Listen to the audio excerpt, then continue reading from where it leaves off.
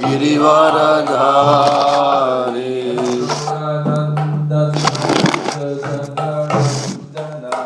Jashodanandana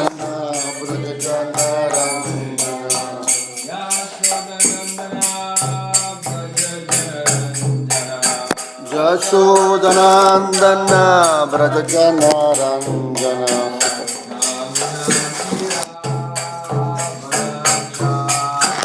Jamuna Tira Vanachari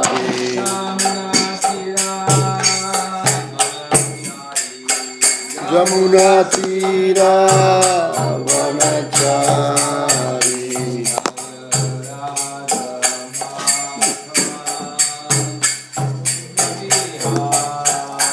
Jaya Radha Madhava Kunja Vihari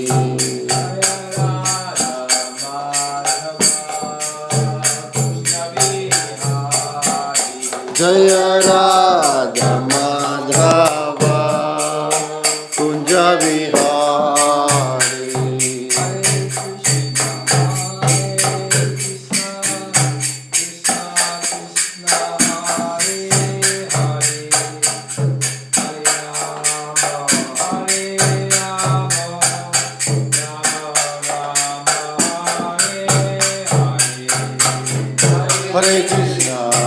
Hare Krishna, Krishna Krishna, Hare Hare, Hare Rama, Rama Rama, Hare Hare.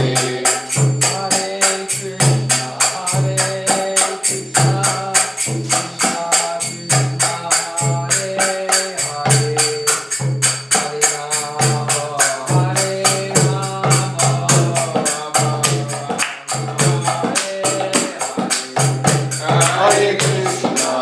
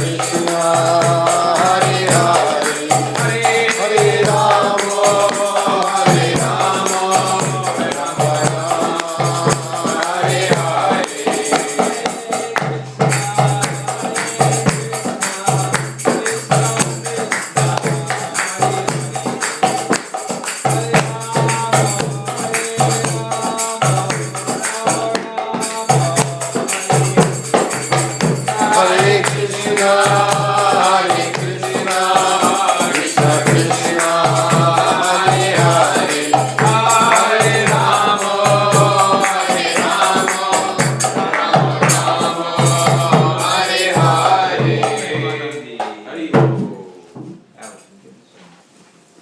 Reading from the Srimad Bhagavatam, Canto 4, Chapter 18, Text 5. Om Namo Bhagavate Vasudevaya. Om Namo Bhagavate Vasudevaya. Om Namo Bhagavate Vasudevaya. Om Namo Bhagavate Vasudevaya.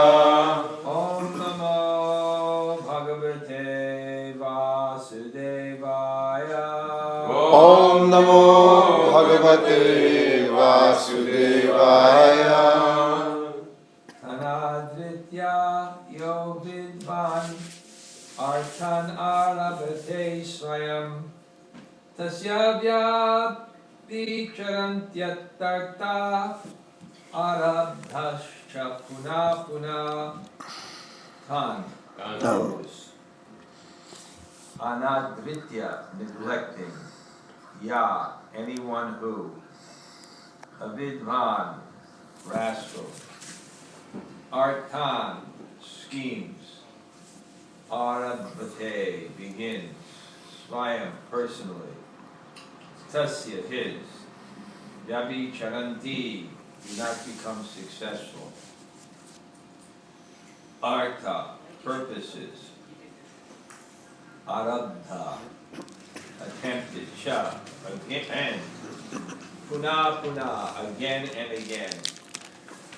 A foolish person who manufactures his own ways and means through mental speculation and does not recognize the authority of the sages who lay down unimpeachable directions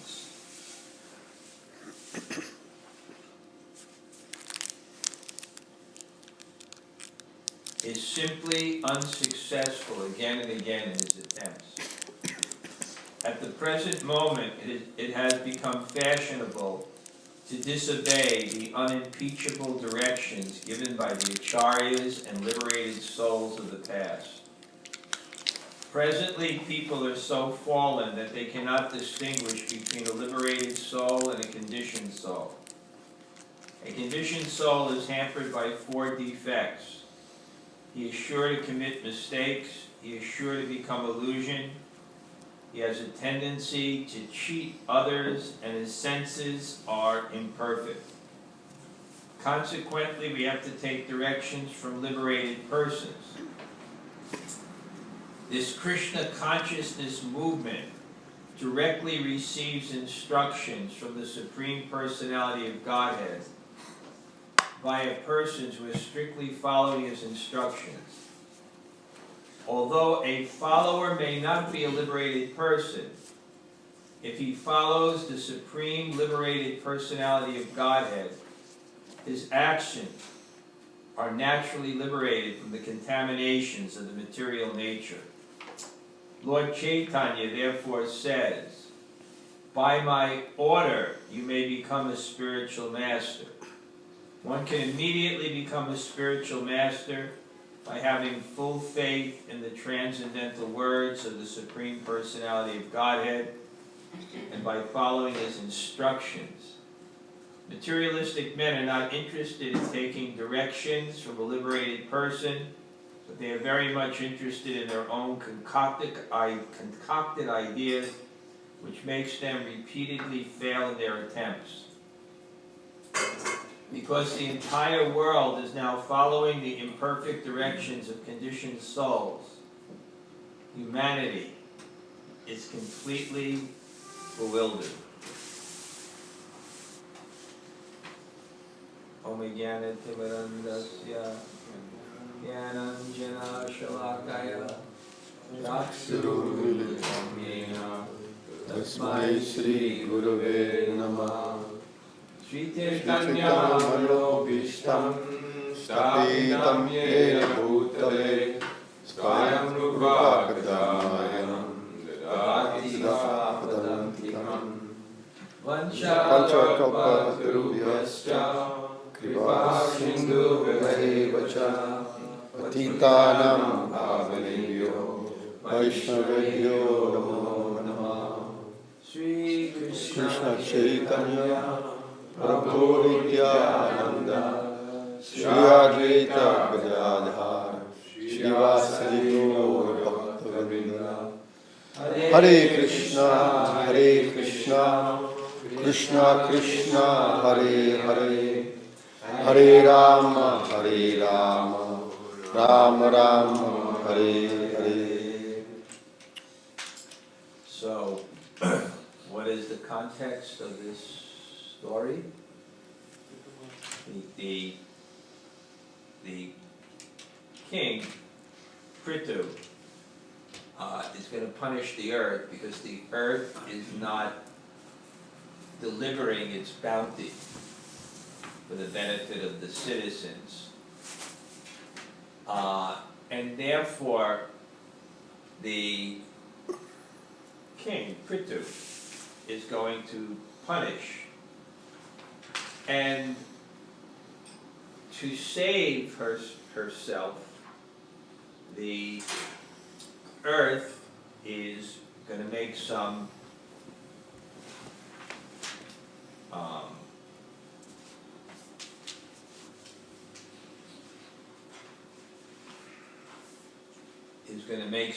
argument, basically that when you do right, things will become successful. This is a basic principle here. Basic principle here is that Dharma, or the correct action, will lead to auspiciousness. It'll lead to auspiciousness individually, it'll lead to auspiciousness collectively. The whole, practically, I think, so much of the Vedic culture is just to instill integrity in people, to actually follow, follow what is true. First to educate them what is true, and then to follow what is true. Often the problem is not that we don't know what is true. The problem is that we don't follow what is true. Either because we have some type of sensual weakness, or because out of ego, we are restricted. Not only restricted in what we can do, but restricted in the conception we have of ourselves when we have to follow instructions, which means instructions coming from a particular person. It's actually so common to not want to follow authority, not just the position, but the knowledge that they represent. But there are people that represent that knowledge. And therefore, in Vedic culture, they really promote this kind of level of faith. Because without faith, you cannot assimilate any type of knowledge. And the faith is in authorities who represent it. Therefore, it says in I think it's the 11th canto, it's such a important verse, Acharya mam vijanayam navamanyeta karichit. Acharya mam vijanayam means we should accept the Acharya as my very self. Krishna is saying that. And in my studies of that verse, when I was reading some of the commentaries of Jiva Goswami, they indicate that that's not yet a specific verse about the spiritual master even. The Acharya represents anyone in society in a position of authority who is representing knowledge. In a proper society, that means your parents. They are guru. That means your teachers. They are guru. That means your husband, guru. That means the head of the government, guru. And don't get mental. Navamanyeta karichit. And we should not envy them in any way. Because that's so much the tendency in the material world. So much a tendency in the material world is independence. To give us greater scope to fulfill our own desires. And we're so protective of that the natural tendency is to be envious of authority. Of course, it cuts both ways. Therefore, people in those positions have such a responsibility to live up to that standard, because you screw up the whole system if you don't. If the leaders fail us in their responsibilities, then the whole society falls down to the mental plane. They begin to calculate according to their minds. And if you calculate according to your minds, for sure, the element of what is best for my control, what is best for my ego, what is best for my sense gratification, will become a principle in that type of discernment. So here, the cow is organ, and Prabhupada's stressing, you have to obey. There's actually directions, they're actually truth. And they come in lines of teachers called acharjas. And unless you can link with that, your life will not be auspicious, because you won't have the knowledge of auspiciousness. You won't have the directions of auspiciousness. You can look at our own life, how difficult it is sometimes when we have two decisions, and one decision will compromise our control.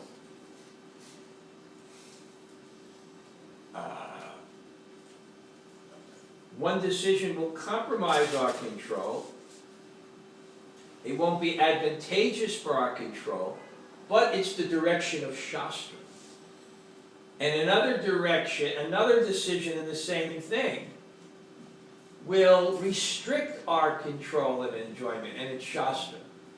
Where is your faith? Where is your faith? That sublimity will come. Is it in doing what's right or doing what's temporarily best for you? So therefore, in the Shastra, this is so much emphasized.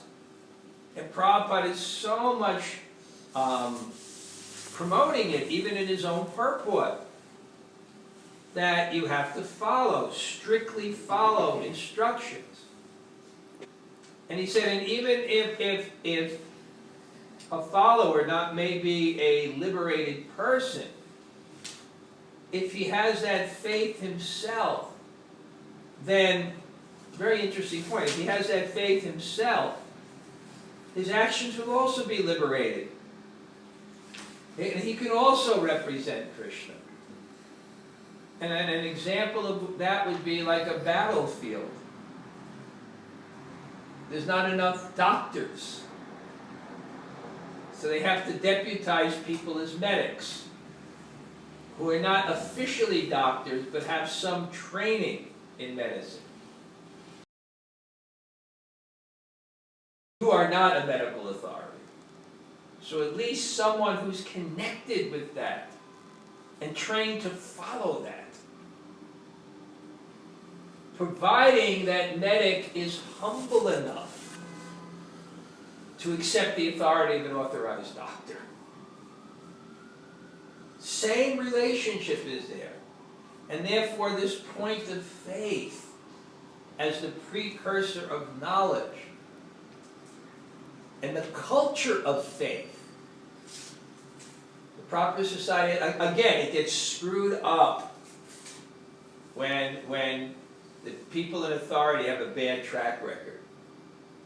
Because then there's such a danger that you'll be cheated. So the solution is not to lack the faith, but to find the proper authorities. One time I had for about 10 years, I hosted a young scholars conference. It was my brainchild. Because I had training these brahmacharis who were out there in Tulaco. In fact, we made 90 devotees in 3 years. We had a dynamic thing. So I saw what happened, somehow, by circumstance or something, the thing couldn't be maintained. And, the brahmacharis were changing ashrams, and they were figuring out now what we would do. Now, they were very academically inclined, many of them, very academically inclined. In fact, of those now, of that initial group of about 10 people, there's at least 2 or 3 tenure-track professors. There's There's actually one professor, there's two in Boston, one in the South, another person just finished his PhD. They're very, very bright. So we have these, so I figured, and then I met another group from the West Coast. There was two groups, and they had the same problem. So I kind of put the groups together, and I formed a scholars conference. And my idea is give them some camaraderie and give them some direction in this very difficult thing of getting into the academy. So we used to have these conferences every year. And then one year, somebody wanted to do a presentation on Prabhupada's Gita. Was Prabhupada's Gita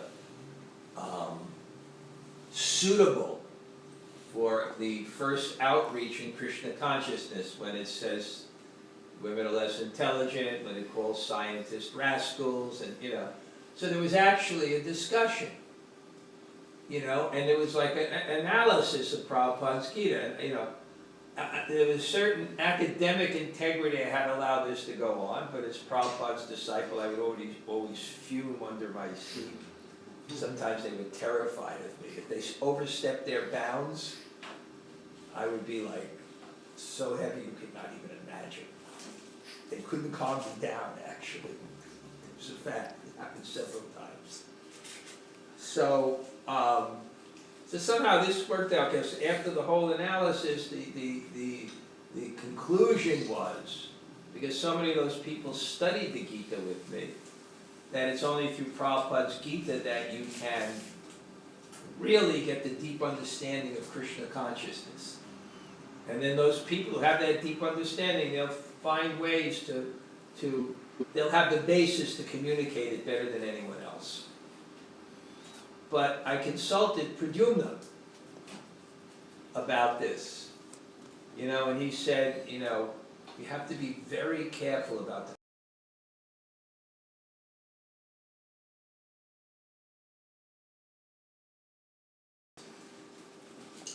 One is in the commentaries of acharyas, in other lines like the Sri Sampradaya and the Madhva Sampradaya. Sometimes a scholar will find a mistake in one of the commentaries, in an analysis of Sanskrit word or something like that, of a commentary 300 years in the past. He'd find a mistake. And he said the way they would deal with the mistake is, they never would say, the Acharya is wrong and this is the right answer. What they would do is they would say, Rishi Uchu. The Rishi said this, and then they would say what they're saying. They would never say he's wrong, even though technically maybe the same, they would honor the Acharya because of the mechanism of the mind, the culture of faith, which is so necessary to advance in spiritual life. The other example he gave was Professor Sanyal, who is very faithful to Srila Bhakti Siddhanta. So he took one of Bhakti Siddhanta's English translations. I remember when I first came to Krishna consciousness in 1970 in Frederick Street in San Francisco. I was visiting the temple, and Lochan, the person who made the Prabhupada Murtis, he would take out these articles from Bhakti Siddhanta called the Vedanta. It's morphology and ontology. And I remember my friend that was with me, I had a friend that was with me who was a brilliant genius. He used to make Krishna conscious crossword puzzles in New York Times style. The guy was so smart.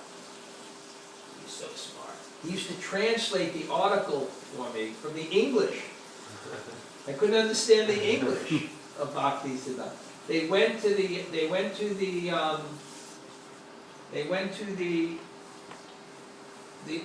publisher, and the publisher said this word is wrong. He said, no, it's not. This is what Bhakti Siddhanta said. He said, I'll show you it in the dictionary. Professor Sanyal said, then change the dictionary. so Pradyumna was making that point, the culture of faith. The culture of faith. And you really have to have it. And I see here in spreading Krishna consciousness, that's such a subtle point. Because there's innovation. So innovation means you're using your intelligence to mold and present the philosophy of Krishna consciousness. But the innovation has to be married to the tradition. Otherwise it'll lose its potency. It's a very, very subtle line. And not only lose its potency, but you'll get things wrong. You'll get things wrong. The potency. Not everything that's done may be the way you think it should be, according to how people think on the outside. The basic principle of preaching, is to know the philosophy deeply enough, but also to understand how people understand and see things. If you don't understand how people understand and see things, you can't communicate. So if someone wants to be successful in Krishna consciousness, they have to be very careful and mold and package it in a very attractive way. But there'll come points that certain things you do are not attractive, even according to how you see them. But, Rishi Uchu, the Acharya said, and if you move beyond that, you'll lose your potency. So many things depend on blessings. This is what the modern world doesn't understand and what Prabhupada's talking about. So many things depend on blessings. It's not just a question of intelligently doing something, it's getting the blessings.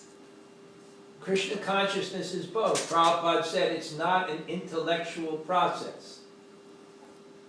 He said it's not like the guru puts his finger on your head and there's like a little lightning something that enlightens you, He said, but it's not just an intellectual process either.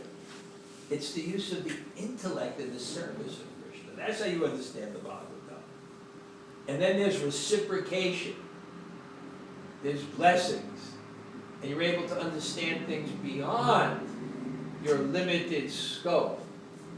So here, the cow, the personified earth, is making that point.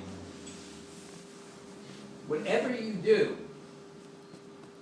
King, whatever you do, make sure it's Shastra.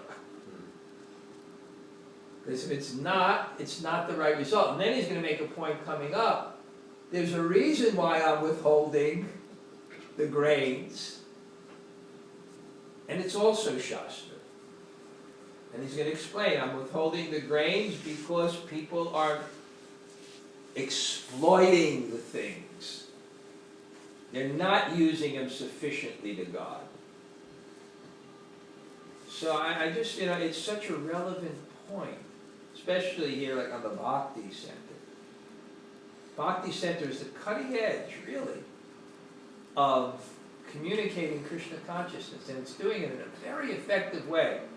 People are walking in these doors that haven't walked in the doors of our temple in America ever. They're walking in the doors. So there's a lot of thought in how to present and communicate Krishna consciousness. But ultimately, for it to be successful, everything has to have blessings.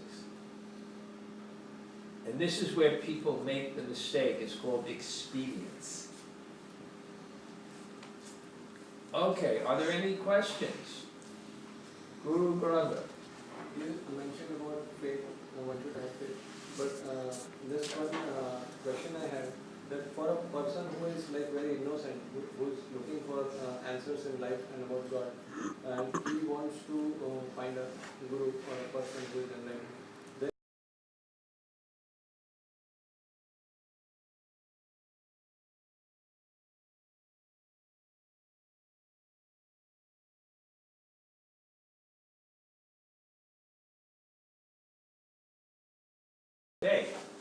But the find the doctor, first you have to establish the authority. Then the faith comes. Not that you have faith in anybody. So you have to establish the authority. And how is that established with a doctor? With your questioning. I remember this one guy once came in when in India, I was running the institution. So there was an epidemic of this like killer dysentery. I've never seen anything like it. Really bad. It just like something that just wouldn't have. So one person had it, so I brought the doctor. This Ayurvedic doctor came in, right? And so I said, okay, well, let's test you out. Check one person.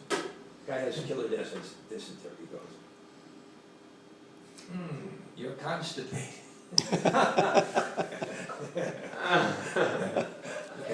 You're out of here. So it's, you use your intelligence to find an authority. But once the authority is established, or is your authority, like you're at home and you have parents, they may not be perfect, but you have to have the culture of faith in a proper society. Even if they're not the most wise. But generally, who are we also? We're so limited, immature, but it's the culture. And I see this with Indians that's not there with Westerners. They kind of have, they can put things in two sides of the brain. I've noticed this. In two sides of the brain. Like sometimes if a Westerner has problems with authority, right? They'll say, no, this can't be right, and then the logical thing, no, this is not right, they can't, it's not right. And there'll be no respect. But the Indian, they'll be completely respectful, and then they'll do what they want. There's two sides of the brain. One will be like completely respectful and Guru Dev, and and then they'll do what they want. The Westerner will just like, no, it's got to be one. You can't be authority. I don't know if the